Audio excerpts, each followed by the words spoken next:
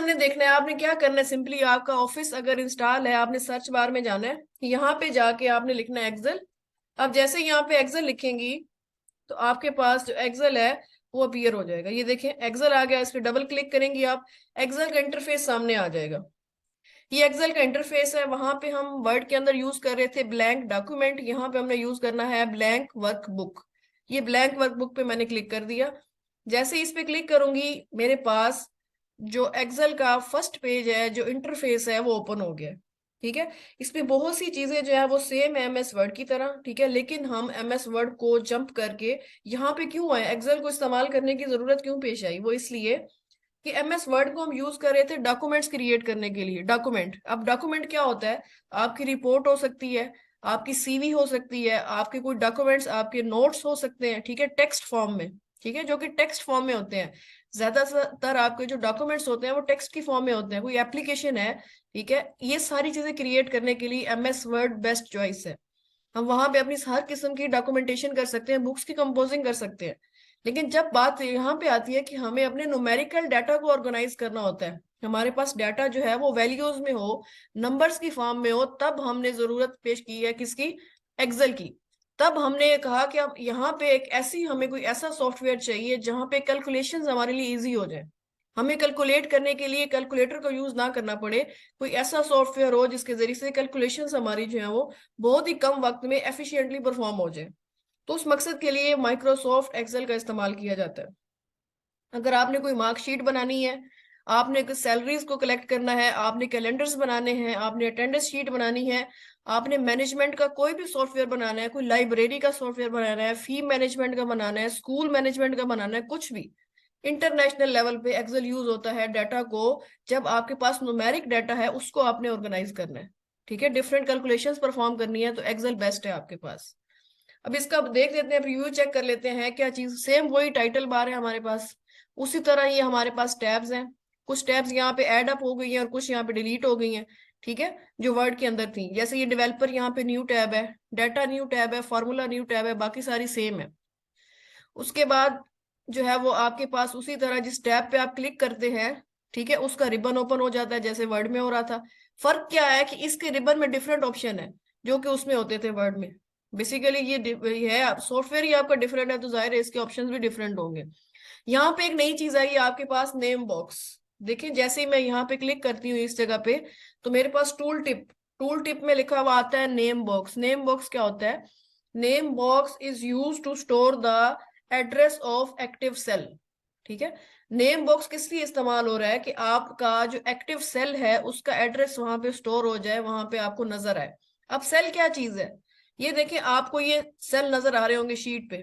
ये जैसे ही मैं जिस सेल पे क्लिक करती हूँ वो सिलेक्ट हो जाता है, जिस सेल पे भी मैं करती हूँ वो सिलेक्ट हो जाता है। ये देखिए वो वाला सेल आपका सिलेक्ट हो रहा है।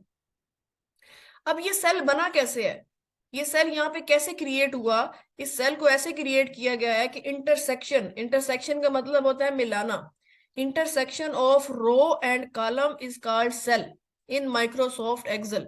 कि आप जब भी एक कॉलम और सेल को मिलाओगे, कॉलम और रो को मिलाओगे तो आपके पास एक सेल बनेगा। अब कॉलम और रो किधर है, ये देखिए आपके पास अल्फाबेट्स में लिखा हुआ है ABCDE, आगे ये सारी जो है वो आपके पास अल्फाबेट्स हैं।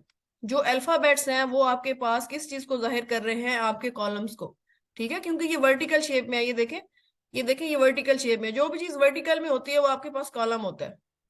तो ABC आपके पास वर्टिकल शेप में है, ये कॉलम्स है। उसके बाद ये देखिए आपके लेफ्ट साइड पे 1 2 3 4 काउंटिंग लिखी हुई है, काउंटिंग।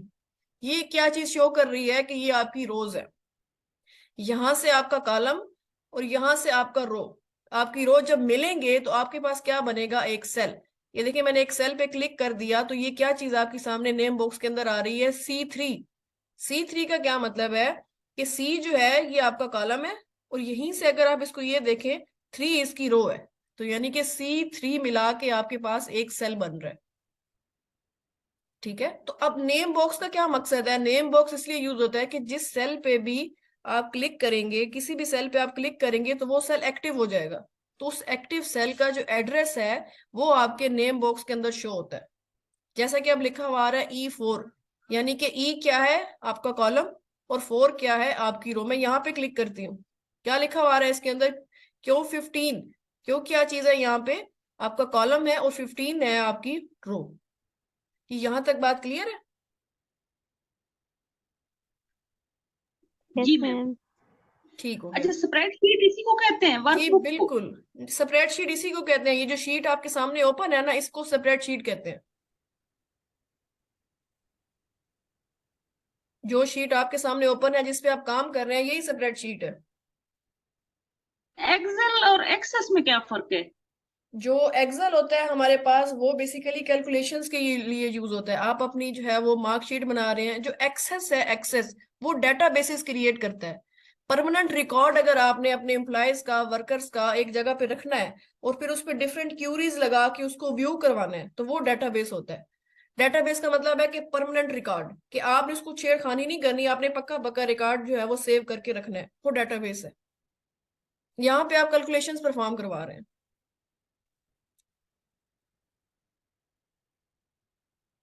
नेक्स्ट आगे हम एक्सेस भी देखेंगे उसको थोड़ा सा। अच्छा जी, नेक्स्ट ये देखें, ये जो बार आपके पास है इसको कहते हैं फार्मूला बार। फार्मूला बार क्या होती है, इसके अंदर हमने जितनी भी कैलकुलेशंस करनी है फार्मूला के जरिए करनी है, ठीक है। तो आप दो जगहों पे फार्मूला राइट कर सकते हैं, या तो इस सेल के अंदर फार्मूला को राइट करें, ठीक है, या आप डायरेक्टली यहाँ पे कर लें। ठीक है, दोनों जगह हैं, कहीं पे भी आप फार्मूला को राइट कर सकते हैं। अगर आप सेल के अंदर फार्मूला लिखेंगे तब भी वो यहाँ पे शो होगा। अगर आप सेल के अंदर ना लिखे, डायरेक्ट यहाँ पे जाके लिख लें, तब भी आपकी मर्जी है। ठीक है। नेक्स्ट आप पेज के बॉटम में आ जाए तो यहाँ पे लिखा हुआ आ रहा है शीट 1। शीट 1 यानी कि ये आप इसको ऐसे कंसीडर कर लें, पेज नंबर 1। माइक्रोसॉफ्ट वर्ड में जिसको आप पेज कह रहे थे, यहाँ पे आप उसको शीट कहेंगे कि ये हमारे पास शीट नंबर 1 है, शीट नंबर 2 है। शीट नंबर 1 यहाँ पे आ गई। अब सेकंड शीट लेनी है तो कहाँ से लेंगे? यहाँ पे ये देखिए प्लस का साइन नजर आ रहा है। जैसे ही मैं प्लस पे क्लिक करूंगी तो यहाँ पे शीट 2 आ गया। मुझे और शीट चाहिए, सेकंड और क्लिक करे, शीट 3 आ गया, और क्लिक करे, शीट 4 आ गया, शीट 5 आ गया। तो यहाँ से आप अपनी शीट्स को और ज्यादा ले सकते हैं, इंक्रीमेंट कर सकते हैं। ये एक सिंपल सा इंटरफेस है माइक्रोसॉफ्ट एक्सेल का, जिसको हमने देख लिया। हमने स्टार्ट करना है होम टैब से। होम टैब के अंदर ये सारे फंक्शंस बिल्कुल सेम वही हैं जो वर्ड के अंदर है। ये अलाइनमेंट्स भी तकरीबन वही हैं जो वर्ड के अंदर है। जो चीजें यहाँ पे चेंज है वो हमने यहाँ पे देखनी है कि क्या क्या चीजें चेंज है।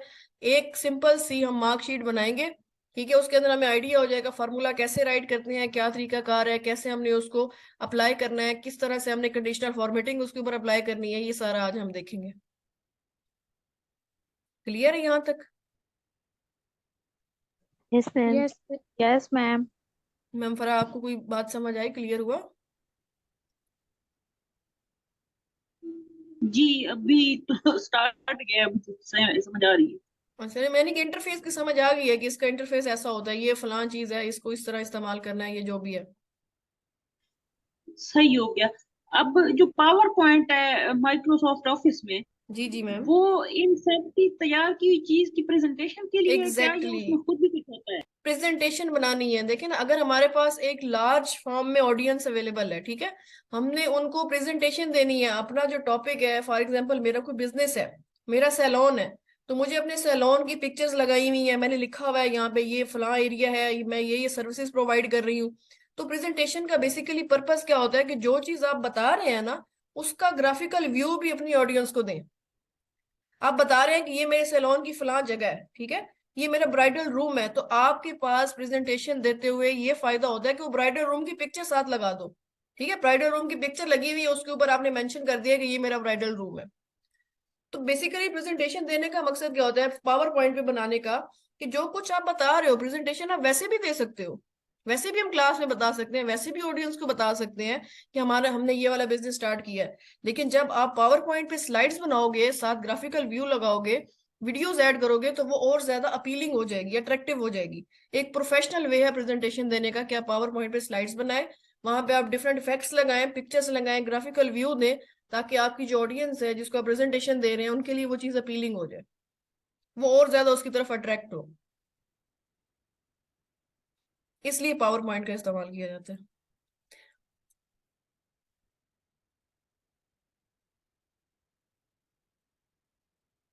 ठीक है।